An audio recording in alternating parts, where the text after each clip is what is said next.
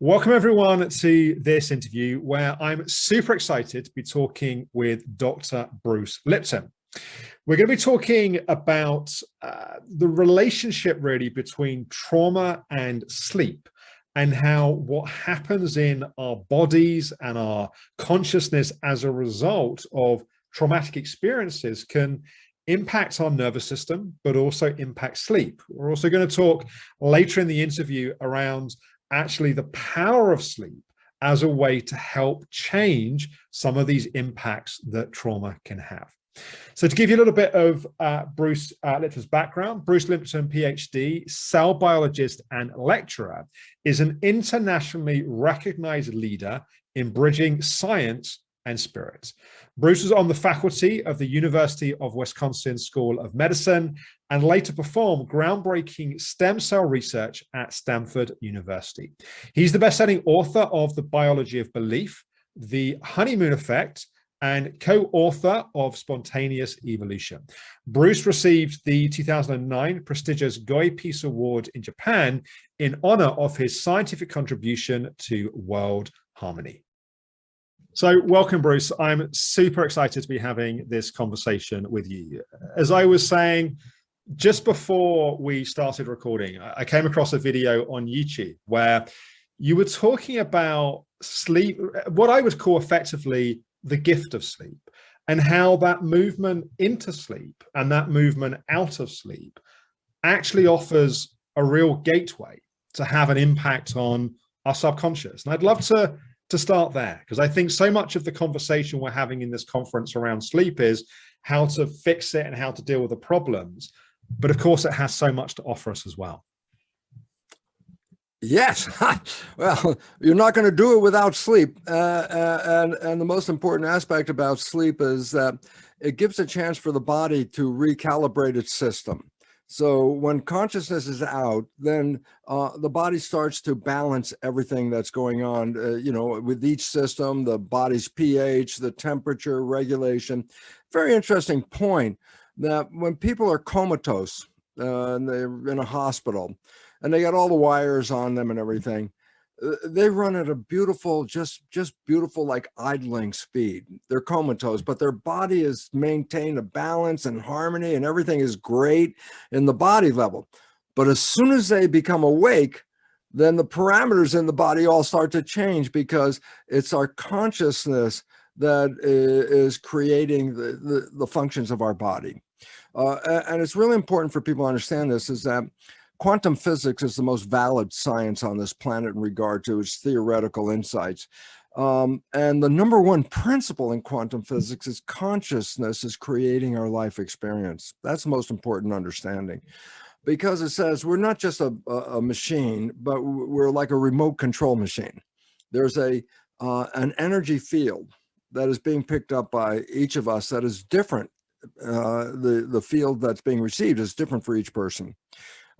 I knew this when I was cloning stem cells. One of the most important things is this: why can't we exchange cells and organs with each other? You know, Alex, you put a kidney in my body and my immune system will say not self and reject it. You know, I put a lung in your body and your immune system goes not self, reject it. Well, one of the things that got to me as a cell biologist is obviously there's identity that makes us different from each other, and that our immune systems can read that identity. So I started to say, so where is this identity localized in the cell? And it turned out on the surface of our cells are protein antennas. They're called receptors. The surface of our skin, we have receptors, eyes, ears, nose, taste. Receptors read environmental signals and then accommodate the changes in the body to stay alive. Well, what's important about this set of receptors that I was talking about is that no two people have the same set of receptors, what are called self receptors, which right away is like self receptors. Well, in the old days, they thought it was just the antennas that made us different from each other. But with our understanding now of physics is that the antennas are receivers. And I go, yeah, but so you have an identity set of receptors different than mine, different than anybody else's on the planet. Everybody out there has their own unique set of receptors. I go, so, okay, so that gives us personal identity. But I go, but what does it represent? And this is the part that blew my mind, was their antennas that pick up a signal, and the receptors are on the outside of the cell, which automatically says wherever the signal is coming from, it's not inside the cell, and that each of us is receiving an environmental signal that is unique to us and different to everybody else.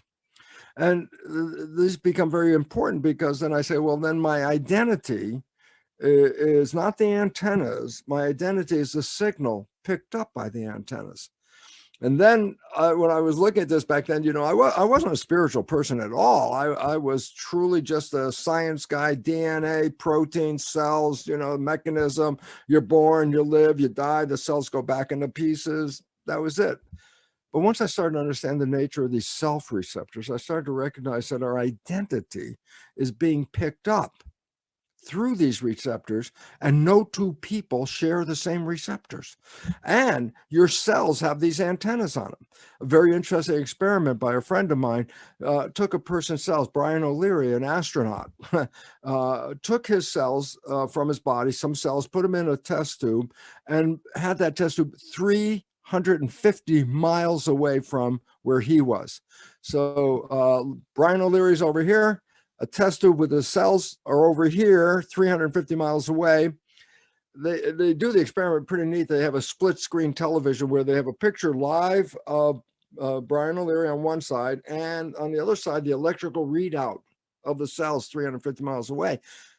Okay, so here's the thing that was blow away. If Brian O'Leary had an emotional response, instantaneously, 350 miles away, his cells started getting all activated. So I said, well, wait a minute. What does this represent? And the answer is this. Our identity is a broadcast. And the broadcast is more or less global. So if I separate my cells, because all my cells have antennas to my broadcast, and I move my cells 350 miles away, if I'm having an emotional response, the same information is being picked up by the cells 350 miles away, which says, well, how can that happen? I say, because our identity is not in here. Our identity is out here. Well, this blew me away, because I wasn't a spiritual person, but all of a sudden I says, oh my God, I can't die. Why? I'm not even in here. I'm the broadcast that's coming here.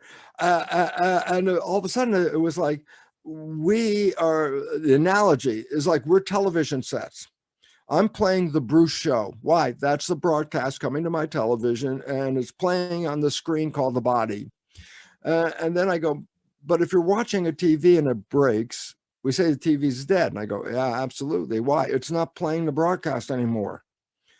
Question, the TV died, but did the broadcast die? I go, no, broadcast is always there. Why? Get another TV, plug it in, turn it on, and when you tune it to the right broadcast signal, the show's back on. I go, oh my God, two things I learned instantaneously. A, I can't die because I'm not in here. I'm the television set you're looking at right now. And B is that if I do pass on, my television is done, and a future embryo shows up with the same set of antennas, I'm back in a different TV. Now this comes to the really cool part, because it says, well, does it make a difference if it's a male or female TV? I go, no, that's the TV. We are the broadcast. Does it make a difference if you're a white, brown, black, red, yellow TV? I go, no, that's the TV. You're the broadcast. And all of a sudden it's like all my life changed, because I realized that I have this experience on this planet. Now I'm a science guy. So once the instant I said, oh my God, my identity is this broadcast, a spirit, an energy field in physics, okay? And I go, well, that's really cool. And then I started to recognize, of course, that this being the television set is not actually the broadcast.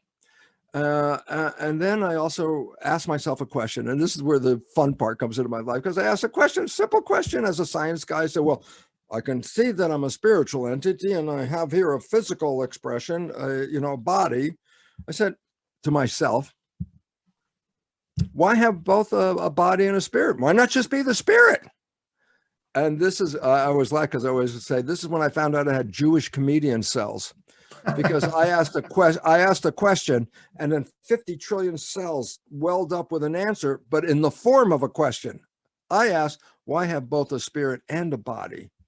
And the cells, the thought just came into my head from the cells, and the cells said, if you're just a spirit, Bruce, what does chocolate taste like? And all of a sudden I said, oh, that's a good go on, hey? the whole idea is what? A spirit is awareness, but a body translates awareness into sensation. I can see, I can smell, I can taste, I can hear, I can feel what love is, I can feel what pain is. All of a sudden I go, this is not available to the spirit, but it's like used by the spirit. Because let's just say it was a spiritual entity and you and I are talking and say, let's describe love. And then we describe love with all the wonderful words you want to describe. But I say, but if you never felt love, then your definition is incomplete, totally incomplete. I say, well, what does love feel like? I say, first you have to have a body. And the body will manifest a sensation and then turn it into an energy broadcast back to self. And all of a sudden it's like, oh my God, we came here to experience life. That's why we have all these receptors, you know. And the beautiful part is we also came here to create life because we're creating it. And this is what quantum physics is saying anyway. And now biology, my research revealed epigenetics is the science of how consciousness is creating our genetic activity. And so physics and biology come together saying we're creating this.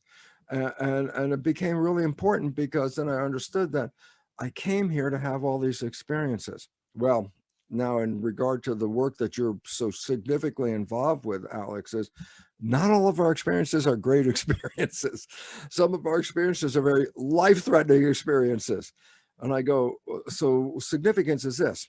My cells reveal, and this is a very important piece of an experiment that shows something.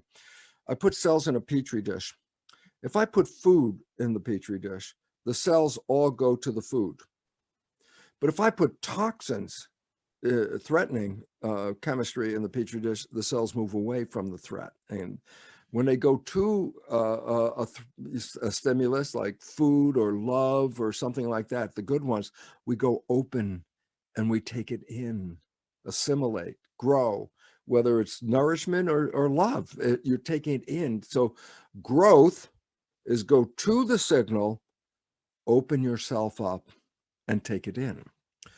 In contrast, protection is to go away from the signal and close yourself down to ward off the threat. So I said, guess what? You can't be in growth and protection at the same time. Why? Growth, go to it, protection, go away from it. Growth, stay open, protection, stay closed. You can't be open and closed at the same time. You can't go to something and away from it at the same time. It's like, so we're either in growth or in protection. Now, I'm going to bring in something that maybe the community hasn't really listened to or heard before, something called the biological imperative.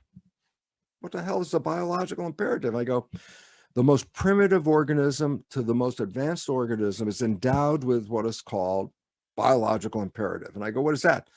The drive to survive. Biological imperative. It has two levels to it. One, survival of you as an entity, and two, survival of the species as a community. So it's built into our system, and it's a very important device because if we become threatened, the biological imperative will engage the functions of the system to put you in a protection mode, which is what? Close it down, move away, hide out, be over here. And I go, that's what you do. I say, okay. Now, the problem with trauma, and this is your whole thing going on here, and it comes like this. Trauma is a threat to your survival. So the biological imperative, when you get traumatized, the biological imperative kicks right in and says, okay, recognize what's going on here because you don't want to do this again. That's what the imperative says. What were the things that were there that precipitated that threat? Because now it's going to, in a structure in the brain called the amygdala, it's got a scanning system. It's going to look around and say, if anything out there that was relevant to that threat shows up, I'm going to be informed because I'm going to learn from that experience. So if it all shows up again, I'm ready to deal with it. Okay. So I say, this is great. This keeps you alive. But now comes a problem. And it comes like this, is that when you have the trauma, you have a whole physiological consequence. The brain releases all kinds of protection chemistry, stress hormones, things that affect the immune system. Why? To get you in protection. Okay? And that was a learning experience. But if you hold on to that trauma, then you've made a mistake. I go, what do you mean? I say, good to learn about the experience, but then let it go. Because if you don't let it go, it's always there. Ha! And now your whole life is what? Now I'm in protection all the time. I go, this completely, you can't stay in protection. You can't stay closed. Reminds me, in the US, we had air raid shelters when we thought the Russians were going to bomb us. I say, great, you know what? You go, you're working, beautiful day, every business is open, schools are, everything, it's growing community. Air raid siren goes off, it's a test. I said, so what do? We leave the job, we leave the school, we leave all these things, we go down into a hole in the ground, protection. That's what the bomb shelter is about. I go, great, now I'm in the bomb shelter and I'm waiting for what? All clear. So 10, 15 minutes after the test siren, you get all clear, and then you come out and you go back to work, no problem. But logically, what if you get the air raid signal, you go into the bomb shelter, but there's no all clear? What would be the consequence? You will die. Why? There's only so much food, there's only so much water, there's only so much air. And if you stay there too long, closed in, protection, closed off, you will die. You can't stay in protection. You have to open it up. You have to grow. You have to breathe. You have to eat. You have to be engaged. You got to do it. So if you stay in protection, you are going downhill toward death. And I think the point you're making, which is really, really important here, is often people think about trauma as being the event or the events that happened. And I think the point you're making is that the real impact is what changes in our nervous system and what changes in our various bodily systems in response to that. And then that becomes the real trauma, that we're now responding in an unhealthy way to things which are not a threat. Yeah, I love this little story. It's a story about two Buddhist monks walking along the trail. Now, Buddhist monks are not allowed to touch women. That's forbidden, okay? And they're walking along, and they come to a river, and there's a woman all dressed up in her wedding finery, and she's crying. She's saying, I can't get to my wedding. If I go across the water, I'm going to ruin all my clothes, blah, blah, blah. So one of the monks just picks her up, carries her across, drops her off on the other side, and the two monks keep walking. An hour later, the monk that didn't pick up the woman looks at the one that did and said, you touched the woman, you picked up a woman. And the one who picked up the woman says to the other one, he says, I dropped her off an hour ago and you're still carrying her. Okay, well, this applies to trauma. The trauma was the event. It was an awareness. It was a learning experience. The point about it is, once you have the experience, I don't have to carry the experience with me ever after that, because now I got a learning. Why? If the events that led to that start to show up again, my memory and my protection system, my adrenal system, will get me ready to deal with it. But if I keep it on my mind day and night, then I'm in protection. And I go, well, what's the result? I said, you can't stay in protection. That will kill you. You're closing yourself down. You have to let go. It doesn't mean I forget about it. Absolutely not. No, I had a trauma event. I'm going to remember. But do I have to carry it with me every day? And the answer is no. As a matter of fact, by carrying it with you every day, then you're not letting go of the protection which separates you from life. And this is where trauma has the most negative consequences. I can get sick and die from just the trauma, not from the experience of it, not that it's happening anymore, but the memory of it. If I keep it alive every day, every moment, and live in trauma, then I'm not open to surviving on this planet at all. And the really important part about this is the sleep. And I say, why was this relevant? And I go, it's a machine. This body is a machine. It's got all kinds of systems in there, and everything is regulated by the chemistry, and it has to clean itself up, and it has to be serviced. You have a vehicle, you never service it, it's not going to last that long.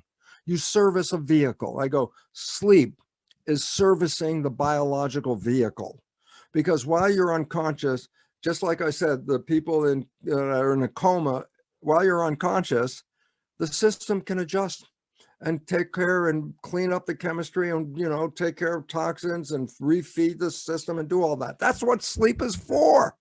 You need to sleep. And of course, part of the challenge is that when we have that trauma, we have that overload in our system, in a sense, sleep is an act of surrender, right? Sleep is a place where we go from being wired and holding on in our life to actually surrendering, and that can be difficult when we have that activation and that trauma response. Yeah. Well, as I said, in the brain, there's a center called the amygdala, which holds on to all these trauma things like that. And I go, significance is this: I'm trying to go to sleep. And I go, yeah, but listen, in the soundest of sleep, a noise could happen and you'll be ready to go. Why? It's working 24/7. It's working all the time. It's fearing, look, if I go to sleep, that threat will get me when I'm sleeping. And so at some point, the trauma interferes with the sleep because it says, I can't let go. I got to be observant. I got to be on guard. I have to be a watch. And as a result, you collapse at some point. It's not sleeping. That point is collapsing at some point, because you can't maintain this. It's not, as I said, you can't maintain chronic protection. It doesn't work. Now, yes. And the important part about this is I was saying, you don't forget the trauma. No, but you don't have to hold it, because the system now has a memory of it. And if any of the circumstances show up that were associated with that trauma re-show up, your memory system will bring back a need for protection. If those stimuli don't show up, I don't need the protection. If the stimuli do show up, I'm prepared for it. But those people that carry the trauma is like carrying that woman across and forgetting that that happened a while ago and I dropped her off and I'm still carrying her in my mind. And it's like, that's chronic. That's a problem. That's staying in a bomb shelter too long. You cannot survive in that bomb shelter. Yes. Now, of course, we can recognize that the people watching this that will be going, that's me. I'm still carrying the woman, or I'm still stuck in the bomb shelter. You've spoken a lot in your work about the capacity that we all have to impact and transform what's happening, not just on a conscious level, but on a subconscious level, those programs and those learnings. So let's speak a little bit to if someone has this recognition that they've had whatever these experiences may be, and through that, they've programmed a response that they now recognize needs to be changed. Let's speak to how that can happen. Well, the first thing we have to understand is this. When we say the mind is controlling our biology, and I go, yeah, the mind does that. And the misleading word is the mind. I go, why is that misleading? I say, because there's more than one mind. There's two minds, and they're interdependent. They work together. You need both, okay? I say, what's the two minds? I say, well, the latest evolution is called the conscious creative mind. That's the one connected to you as your spirit, your individuality. No two people share the same creative conscious mind. That's connected to your personal identity. The subconscious mind is the equivalent of a hard drive in a computer. In fact, that's exactly what it is. I go, relevance. Let's just take the analogy of the computer. This is very critical here. And I go, in the old days, when you go buy a computer, you could bring it home and then you could push the start button and the screen lights up. It's called booting up. It's ready to go. I say, oh, you brought a brand new computer. It's booted up. It's ready to go. I say, now do something. Surf the web, write an essay, make a drawing. And you go, I can't do it. I say, you got a brand new computer. You say, not until I put programs in the computer can I use the computer. So I go, oh, guess what? The human brain computer boots up in the last trimester of pregnancy, the last 3 months of development. But it can't work until you put programs in it. So it starts downloading experiences as programs. You watch your mother, you watch your father, siblings, or community, you watch their behavior in the first 7 years. And you're not just watching it. In the first 7 years, your brain is in a state called theta, which is hypnosis. I go, so what's the relevance? I watch my father. I watch his behavior. But guess what? I just downloaded his behavior. I have a program. It's in my subconscious. That's how my father behaves. That's how my mother behaves. That's how the community behaves. I download them. No consciousness. Consciousness doesn't even really kick in full time until after age 7. So I go, so the first 7 years, the last trimester of pregnancy, the computer screen boots up, consciousness is ready to go, but no program. So for 7 years, you take your life experiences and you make programs out of them. And then after age 7, you become more conscious. And now you can use the keyboard, which is separate from the hard drive. The hard drive got the program, but the keyboard, I put data into the machine. So consciousness is me using the keyboard where I can put in what I want, wishes, desires, whatever I want, okay? And now comes the whole problem. The problem is this. The conscious mind, which can, you can create every day from the conscious mind. You could create wishes and desires and all this stuff I'll talk about in a second. But I say, but the conscious mind can also think. And I'll say, what the hell does that mean? I say, when you're not thinking, the conscious mind is looking out your eyes, out the window. Like imagine your body as a vehicle and you got a steering wheel. And when the conscious mind is driving, it's looking out the windshield and driving you to what? Wishes and desires. That's what conscious mind's all about. But the moment the conscious mind is thinking, it's no longer looking out the window for a reason is thinking is inside. Okay, Alex, today is a Tuesday recording day right here. But I say, Alex, tell me what you're doing on Thursday. It may not be written anywhere in front of you, but in a moment, you'll say, oh, Thursday and I go, where'd you get that? Oh, I went inside and I thought about it. And I go, the moment you went inside with a conscious mind, that means it's not looking out the window. So the moment you're thinking, conscious mind is involved inside. It's not controlling your behavior. I go, what if you're driving the car and you have a thought? And I go, guess what? The conscious mind's not paying attention anymore. And I go, don't worry, because the subconscious mind knows how to drive the vehicle. It's a program. You learned it. So the moment the conscious mind is thinking, the subconscious mind takes over the control. And I go, okay, walking, I don't need to think about that. Talking, I don't need, these are programs. I know how to do these things with my subconscious. Now comes the monkey wrench of all, Alex, and it is this. How much time are we thinking? And it turns out average time, 95% of the day. Now stop and think of the mathematics. That means only 5% of the day am I driving the vehicle to where I want to go. And 95% of the day, the programs I downloaded are driving me to where the programs want me to go. Did I select the programs? I say, no, you downloaded them. And the conscious mind wasn't filtering. There was no conscious mind to say, good program, bad program. No, it just downloaded whatever you saw.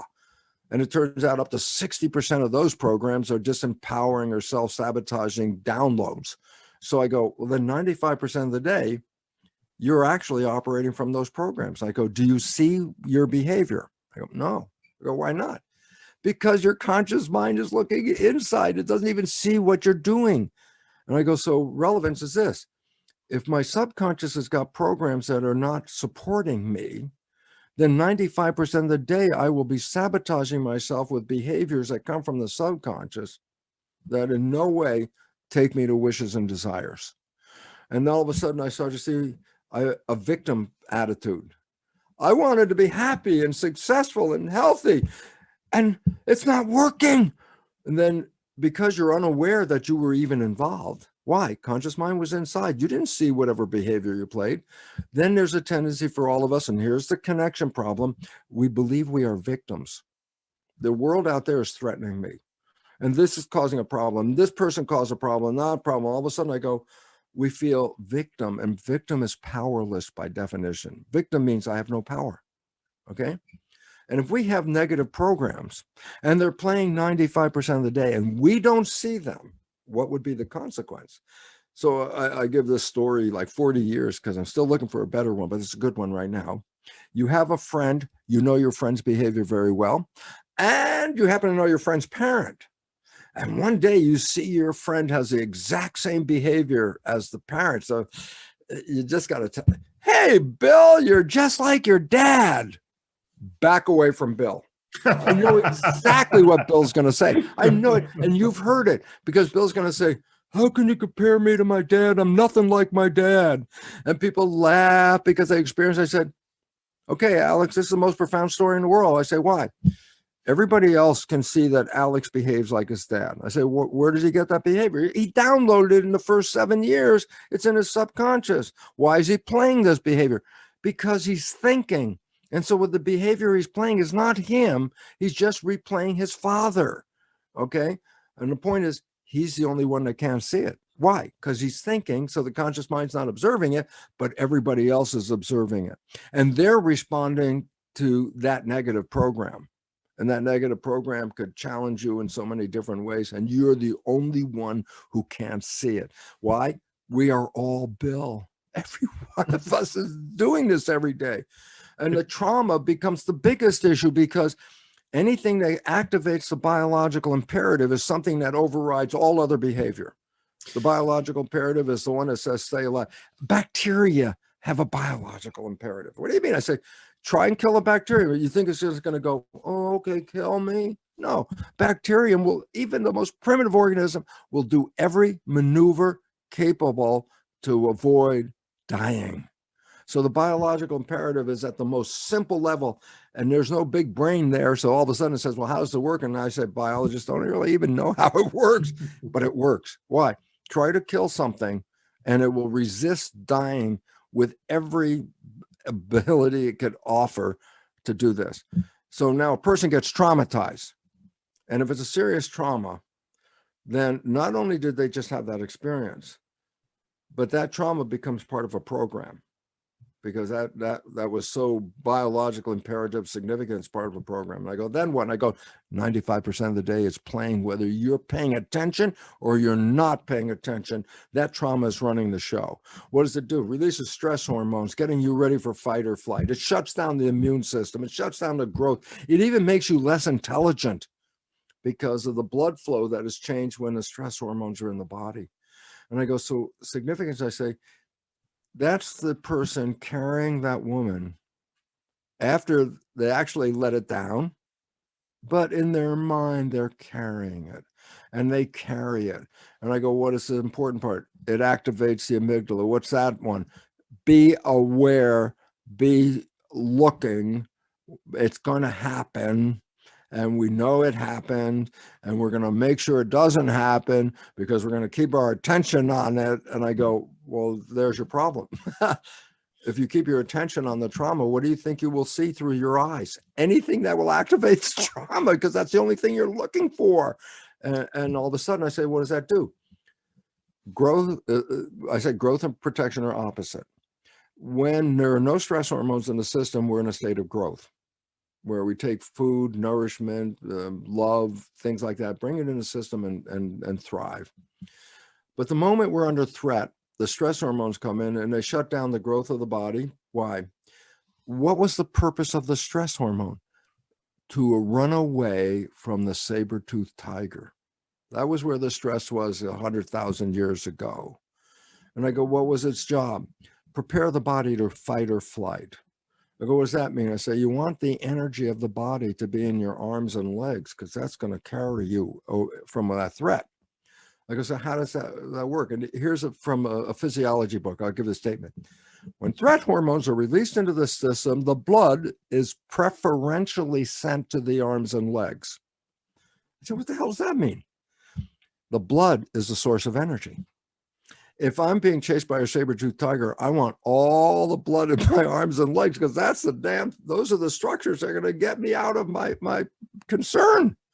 So I go, oh, so what happens is stress hormones shut down the organs in the gut, the viscera, lungs and stomach and pancreas and kidneys and all these things. I say, why? Because the energy to maintain the body, if you're being chased by a saber-toothed tiger, you can hold off on that energy because you want to use it in your arms and legs so you can run away. That's the whole reason. Okay. Yes. So I'm conserving energy. How does it work? Stress hormones go in, squeeze the blood vessels in the stomach and the gut and tighten the blood flow. Why? Because now when the blood is pushed, it's not going into the gut, it's going to the arms and legs. That's where I need the blood. Okay. So I shut down growth. First thing, stress hormones, shut down growth.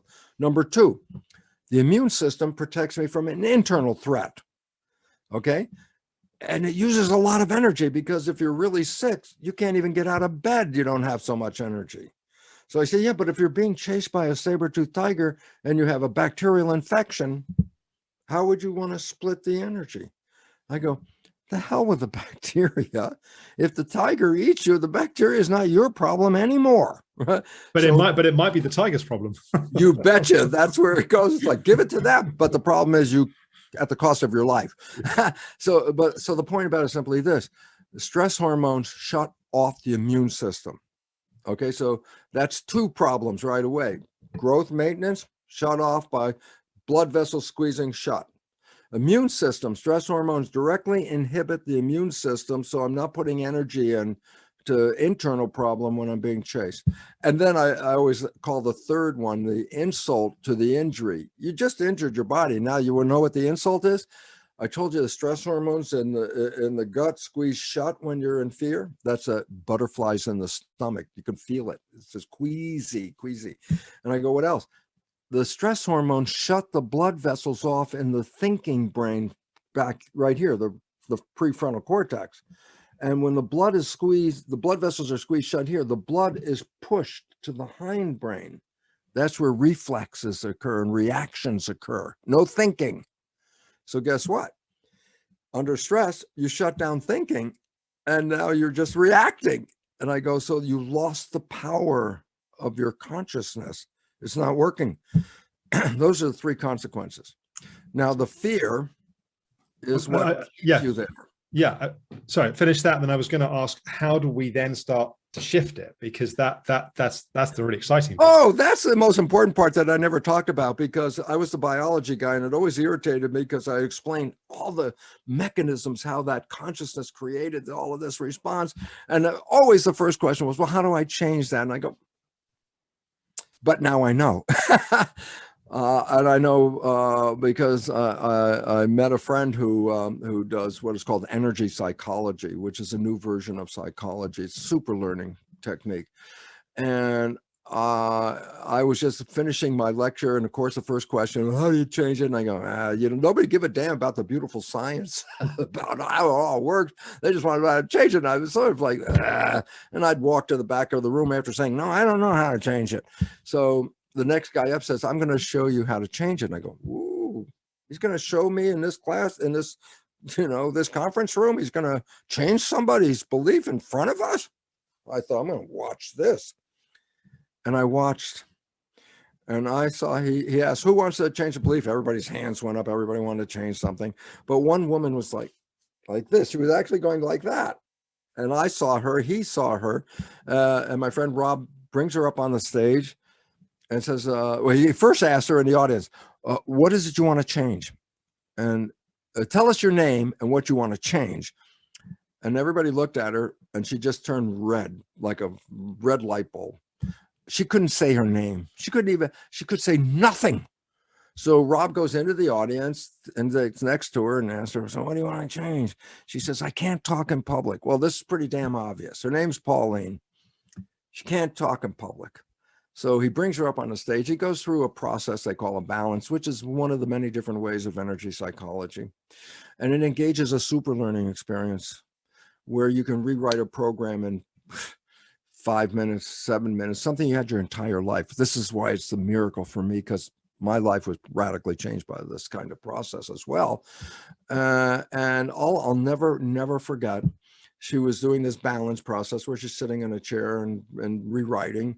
And then when she got finished, she stood up on the stage and Rob put his arm around her shoulder and faced her to the audience and said, Pauline, would you like to describe to the audience what you just experienced?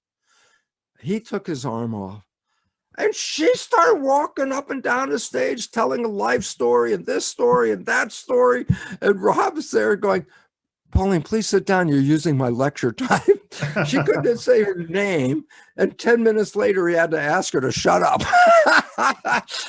And that was one of the ways. Okay, so let me tell you, there are 3 ways to change a program. How do you know what the program is? First thing is this: 95% of your life is coming from the subconscious. That's a fact.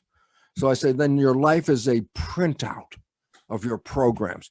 You have no memory of these programs, many of them. Why? You were being programmed before you were born, last trimester of pregnancy. You were programmed a whole year, 0 to 1. You weren't conscious. You have no idea what the program was. You were programmed from 1 to 2. You have no idea what the program was. You weren't conscious from 2 to 3.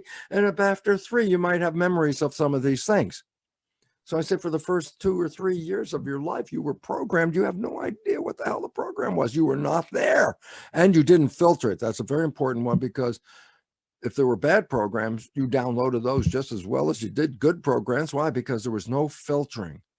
And 60% or so of the programs that we downloaded are disempowering, self-sabotaging, and limiting beliefs that we acquired from other people, parents, family, community, before age 7. So I go, okay. So I say, I got these programs. I say, I don't know what they are. I say, yes, you do. You know why? 95% of your life is coming from the program. That's how much the subconscious is running. So I said, then look at your life right now. And I can have you identify your program. I go, what? I say, the things that you like that come into your life, they come in because you have a program to acknowledge those things. Okay? But the things you desire and wish for and you want and you struggle and you work hard and you sweat over it, I'm making it happen. I'm gonna make it happen. I'm working really hard. Why are you working so hard? The answer, whatever that destination is, the programs you got do not support that. And that's why you put the effort in to try to override a program that's running 95% of the day. It's like, oh, okay, you got a problem mathematically. Why? The subconscious is working 95% of the day, and the subconscious is 1 million times more powerful a computer than the conscious. So right away, mathematically, you're trying to override the program. Not easy to do that. So I say, so what can I do? I said, well, how'd you get the program? First 7 years, you were in a state of hypnosis. Your brain was in a brain state. When they put wires on a person's head, they call electroencephalograph. They read the energy vibrations, and at age up through age 7, the predominant vibration is called theta, which is imagination. And this is how kids mix real world and imaginary world seamlessly. I always suggest that famous tea party where they pour nothing into the cup. They drink the nothing, and how wonderful, that was the best tea they ever had in their life. I go, theta, imagination. Okay. But theta is hypnosis. So for the first 7 years, you are downloading behavior into your hard drive computer by observing other people. I say, you want to change the program? Then you have to do hypnosis. That's one of the ways. I go, you mean I have to see a hypnotherapist? I go, no, here's the cool part. Theta, the hypnosis state of the brain, is a vibration just below consciousness. Meaning when you go to bed at night, as long as you're conscious, you're just above theta. But the moment your eyes close and you're now unconscious, you're in theta. And that means if I put a pair of earphones on with a program telling me what I want, what I would rather have, and every night I put the program on through the earphones, the moment I fall asleep, I don't hear the program, but the subconscious is still active in theta, and it will download the program. So unfortunately, theta is not a long time period. That's why if you put the earphones on, you have to do it night after night for a number of nights. And then the subconscious will, while you're sleeping, the subconscious will be downloading new behavior. So that's one way. That's hypnosis, self-hypnosis, earphones every night with and that of course goes back to our part of our frame of this interview of the gift of sleep, that actually that movement into sleep and that movement out of sleep also is a gateway in terms of impacting and transforming some of the ways that we are meeting the world. Absolutely. The one you can control is the one going to sleep because you're awake. And he's saying, I'm going to put the earphones on because the next moment I'm going to be in theta. It's harder to come from sleep, which is a low vibration delta, go through theta and be aware that it's there until you wake up. So by the time you wake up, now you're out of theta. So you didn't really get a control. Interesting point. If you have a clock radio and it turns on while you're still sleeping, you're in theta, it will, through imagination, take whatever was on that clock radio show and through imagination, put it into a dreamlike state before you wake up. And that's how sometimes the radio goes on, and then we take some of whatever was going on. All of a sudden, we're having a dream that it's part of it. Why? That's imagination. That's what theta is. So number one, self-hypnosis.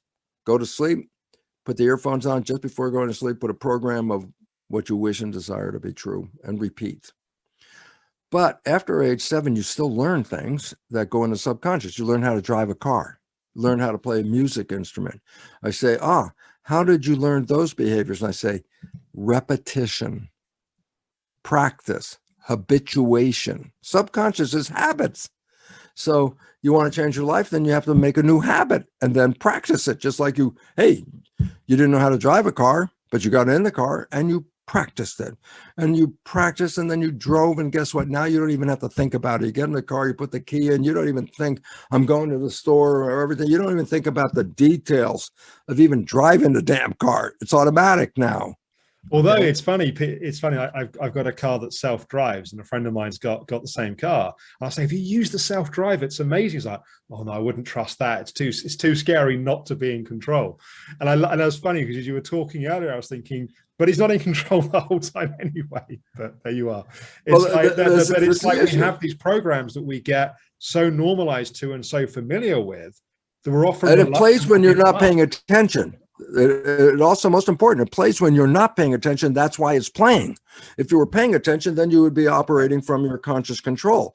But if you're thinking, you're not paying attention. So whatever is coming out, story of Bill, I didn't see my behavior. It could sabotage me. All I see is I didn't succeed. But then without my knowing all about this, and then I blame everybody else out there for the problem without recognizing, when I wasn't paying attention, I sabotaged myself. Okay. Yes. So that's the second way, habituation. There's a new agey phrase, which is kind of humorous. It says, fake it till you make it.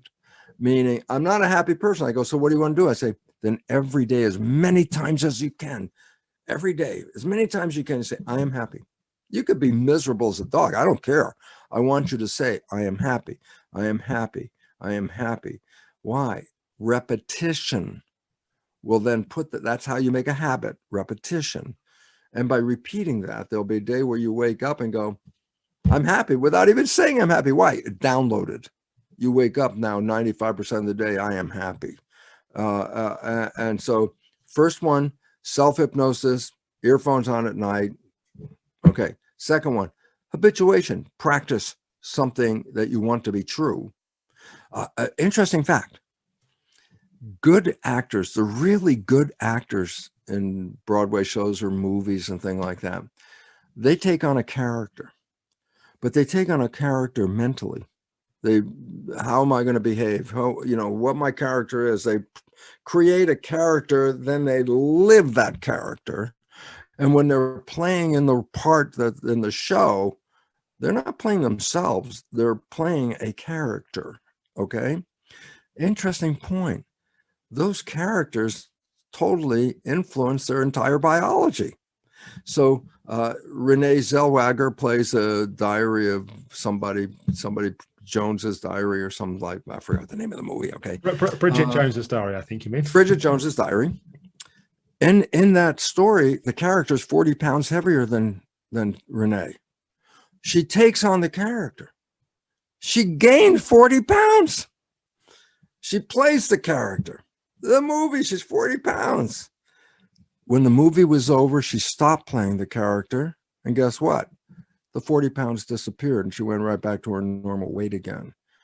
She created that character. Dustin Hoffman, one of the superb actors, played a very depressive character, Willie Loman, in the book Death of a Salesman. Very depressive. And he took it on, and Dustin Hoffman is great. He becomes that character. He became the character so well that he had to check into a mental hospital for depression because he became Willie Loman. So it's an interesting fact. You want to be somebody else and become a character in your mind and play that character. I'm playing this character because, like an actor, the more you play that character, the more your life manifests the equivalent of that character. So 3 ways of change. Number 1, Self-hypnosis, earphones at night. Number 2, habituation. Repeat it is and play a role just like a character. Number 3, I mentioned, was energy psychology. And there's 25 or 30 different modalities of that on my website, brucelipton.com. Look under belief change modalities. There's about 25 or 30 different ones listed with definitions and websites and all that. Energy psychology is engaging what is called super learning. The beautiful part is using these psychology programs, these modalities, you can rewrite a belief you had your whole life in matters of minutes. It's like the miracle, but we need, because human behavior is destroying the world and we're facing what is called a mass extinction because human behavior is undermining the web of life. And to survive, we have to change our behavior radically. Otherwise, extinction is coming. NASA in the United States did a survey, and they found, and this is what they published, that within the next couple of decades, civilization, industrial civilization, the one we're in, is facing, and I want to underscore it like I do in a lecture, an irreversible collapse. We are going toward collapse. We're not sustainable. And that means what we need to change our behavior. And I go, this is why this new energy psychology is amazing, because we can actually push a record button in our system and change virtually minutes later. So to go full circle around, then I go back and I say, we live our lives not from our conscious wishes and desires. The movie The Matrix, I always talk about, I say, it's not science fiction. No, the movie The Matrix is a documentary. I go, yeah, because the premise of the movie is we're all been programmed. I go, that's not a premise, that's a reality. All humans are programmed for 7 years. Then in the movie, they had a thing called the red pill. What happens? You take the red pill, you stop thinking. I go, well, what happens if you stop thinking? You stop playing the program. And all of a sudden you're in control, because when you're thinking, the program is in control 95% of the day. If you stop thinking, then you're in control. Conscious mind can control it. And I go, most everybody in our audience, Alex, out there has experienced taking the red pill at some time in their life. One of the main ones, because I wrote a book called The Honeymoon Effect, is how you could have a life, blah, blah, blah, blah, blah. You meet somebody, fall in love, 24 hours, just 24 hours later, go, oh, life is so beautiful. Life is like heaven on earth. Everything is wonderful. I'm so in love. That was the red pill, folks. You stay what is called mindful when you fall in love like that. Staying mindful means you stop thinking. If you stop thinking, then you're not defaulting the program. Now you're creating from consciousness. And I go, so what happens when you fall in love? Stop thinking, you create with consciousness, and you and a partner collectively create heaven on earth. I go, heaven on earth was always here. It was only you're allowing the program, by thinking so much, you allow the program to take you away from it. But the idea is, if you stop thinking, you have full control again. Go back to trauma. It was so threatening to your system that your biological imperative won't let it go. It's going to be there. And I go, but this is the point where you have to recognize, I had that experience. I don't have to keep it anymore. I'll remember that experience. It's not like, oh, forget all these experiences in your life. I said, no, those were important learning experiences. You don't want to repeat any of those things, but you don't have to have it on your mind. But that's a conscious, me talking to you consciously. You don't have to have it on your mind, but your body operating subconsciously will put it on your mind, because it's a subconscious, a program. It's not you. You lost the control.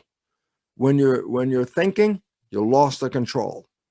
And if you start thinking about trauma, you more than lost your control, because now your trauma picture in your mind will generate the stress hormones, which will then throw a monkey wrench into the gears and mess with you. Fantastic, Bruce. There's so many different rabbit holes we could still go down, but I want just to finish by, you mentioned it briefly a few minutes ago, but people want to find out more about you and your work. BruceLipton.com is obviously the place to go. Say a bit more about what people can find and perhaps also anything else you want to offer. No, I mean, I have the Biology of Belief book breaks this down into an education that people can read without being medical doctors. And it gives you all the things we talked about, but it gives you the mechanism because awareness is powerful. And absent of awareness, you're a victim. Like, I have no idea what's happening. I say, but if you're aware, then you have tools to do something to work with. And your work is so vitally fundamental, Alex, because those people that are there in that community have realized they're not in control. These things are carrying them, trauma experiences are carrying them into a world they have no desire to be in. And somewhere in the back of their mind, in front of all the traumas, I don't want to be here. I go, yeah, but as long as that trauma keeps playing, your system is on alert all of the time, 24/7. Say, no, the system needs to go to sleep. And if you start to lay down and then all of a sudden the mind starts to wander into the trauma, then sleep is not happening and it's not going to be a good sleep. And you're going to physiologically pay for it. And more importantly, as quantum physics reveal, whatever that picture is in your mind, you're going to manifest it. If you have a fear, you will manifest a reason for that fear. You're a creator. I got a fear of what? Oh, that's coming to me? Yep, I created this. And people don't want to acknowledge that they're creators, because if they look back over their life and they go, I did this? I created this cancer. I created this problem. They go, I don't want to take responsibility. I go, well, that's the moment you just lost again. What happened in the past is irrelevant if you didn't understand it. What's relevant is if you understand today how it happened in the past, then you don't have to repeat the past.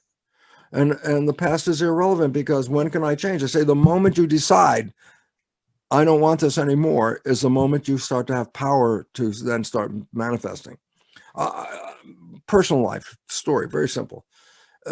If I would have been classified by a neurologist, I would have been probably called a manic depressive at some point. Why? Well, my life was really great, but then when things started to go wrong, it was a spiral, and it always goes downhill, it goes downhill. And I was in a lab doing a research thing, and the setup for the experiment takes like an hour and a half of tedious measuring of chemistry and micro quantities and stuff to set it up. And then at the final stage, I take a stirring rod and I stir this chemistry up, but I got to be very careful, because if I go a little bit too fast, the heat from that, just minor heat, causes this thing to turn into plastic.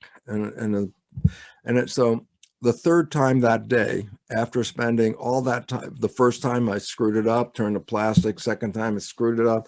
Third time I spent a whole day doing this. And it's like, then I did it again. I got angry and I threw this beaker with this stuff against the fume hood, and the liquid stuff was coming down and polymerizing as plastic all over the window. And I started getting mad at myself. And this is not uncommon for people. I started berating myself. You stupid idiot, you can't do anything right. You've been practicing and blah, blah, blah. You can't do blah, blah, blah, blah. It was like the bad shoulder story criticizing me, which we all have, okay? And I was in the middle of this, and this is the beginning when I start to get depressed, because if I start criticizing myself about that, then keep that process, goes downhill and it gets worse. This particular day, I was just getting to realize, because I knew it was coming back on. It's like, God, I hate this. It's coming. And a voice. I heard a voice. I was the only one in the room. I said, a voice. And the voice, I love it, because the voice said, don't you have anything better to do than to listen to this crap? And in that moment of consciousness, I had a choice. I said, yeah, I'd rather go see a movie. I picked up the newspaper right there, found a theater, left the lab, went to the movie, came out of the movie. No more depression. It was gone. And I laughed about it. And the next time I started to go down, all of a sudden I remembered I don't need to listen to this crap. I stopped. About 3 or 4 times it started. And the memory of that funny statement to me, disembodied voice, I think my spirit, the memory of that caused me to stop that conversation with myself. And guess what? I haven't been depressed for 30 plus years now, because once it starts to come in, my mind now has like a habit. The moment something like it comes in, I'm on to the next thing. Why? I don't need to dwell on it anymore. And it goes back to what you said earlier about repetition. It's a repetition of setting up a new response, right? Absolutely. And it was beautiful because it made me laugh when I heard about it. You know, when I looked around, I realized, okay, this voice, but it was funny. It's like, you don't want to listen to this crap. I go, no. and the result about it was it eliminated, after a couple of times, the habit of that came in. So the moment if I start to think a negative thing, my habit mind will redirect me to go do something else and let go of it. I let that person down at the edge of the river. I'm not carrying that anymore. I don't care anymore about that.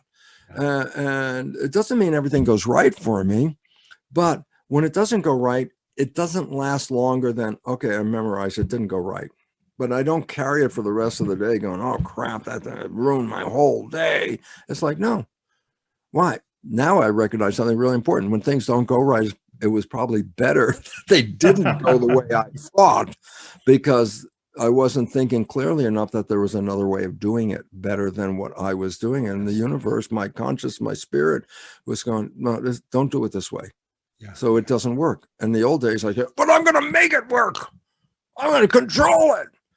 All I did was just get myself into crap. And by the time I controlled it, I'd look back going, I didn't really want this. I go, yeah, that's what your spirit was telling you back then before you manifested what you thought you wanted. Yeah. And so, Alex, your work is profoundly important because the planet is in a global healthcare crisis right now. And that 90% of illness, they always say, oh, genes cause these problems. Genes cause these problems. I go, less than 1% of disease is connected to genes. Less than 1%. I mean, then where the hell's the disease coming from? Over 90% is attributed to stress. And so your work is profoundly important because we have a healthcare crisis on this planet. Do we need the healthcare crisis? Are we weak and feeble and frail, and that's why we're here? I go, absolutely not. We're perfectly strong and capable of walking across fire. People do that all the time. And I go, but you have to have the consciousness to do this. And if your mind is caught up in a fear, a threat, a previous experience that traumatized you, then you're not giving the freedom of the benefit mind, the one that says, heaven on earth, this is heaven on earth. Why am I thinking all these negative things? Because the biological imperative in these people is running wild. And they're supporting it because they're not saying, okay, I got it, let go, let's go to the next thing. Why do I have to listen to this crap? That was my thing. Why do I don't have to listen to it. I have a choice. But not until that voice came out of space somewhere and said it, did I even stop long enough to say, I do have a choice. I could go to a movie. Yeah. And that's the power of ultimately recognizing you can make a different choice, right? You can make it. Absolutely.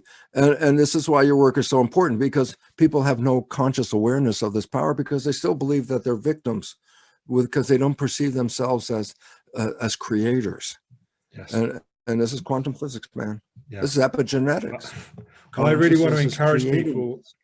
I really want to encourage people to check out your book, which you mentioned earlier, The Biology of Belief, which I think is, as you say, a very readable introduction to a lot of these very powerful ideas. And Bruce, I really appreciate you taking the time to not just dive into this piece on sleep, but really bring it into this much bigger conversation around trauma, which is so important. It's all interconnected, Alex, as we find out in the end. There was nothing that was a separate entity all by itself out there.